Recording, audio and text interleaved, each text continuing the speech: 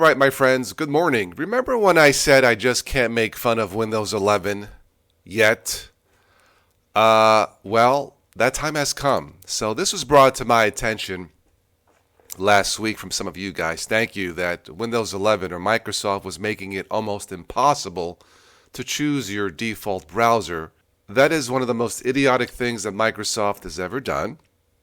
And I think I also said, don't worry, I guarantee you this will not last. And sure enough, a couple days later, Microsoft is rolling back Windows 11's controversial default browser setting.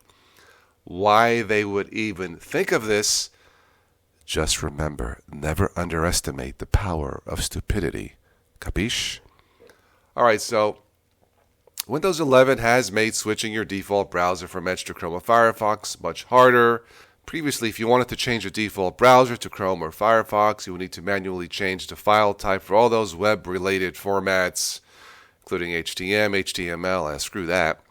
All right, this complicated change has come across as annoying. Duh!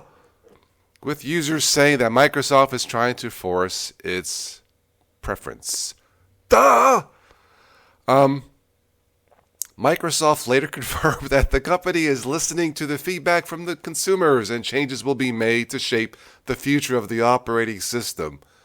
Well done, Einstein.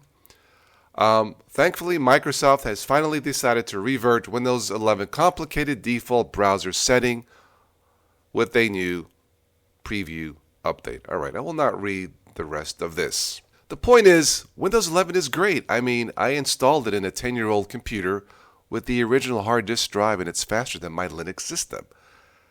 I never would have believed it, but it is. But what they were trying to do here last week or week before, it was pretty stupid. But as I predicted, this will not last, and it did not. So, can I give him credit for this one? No, because this was a pretty stupid thing to do in the first place. Right? Right.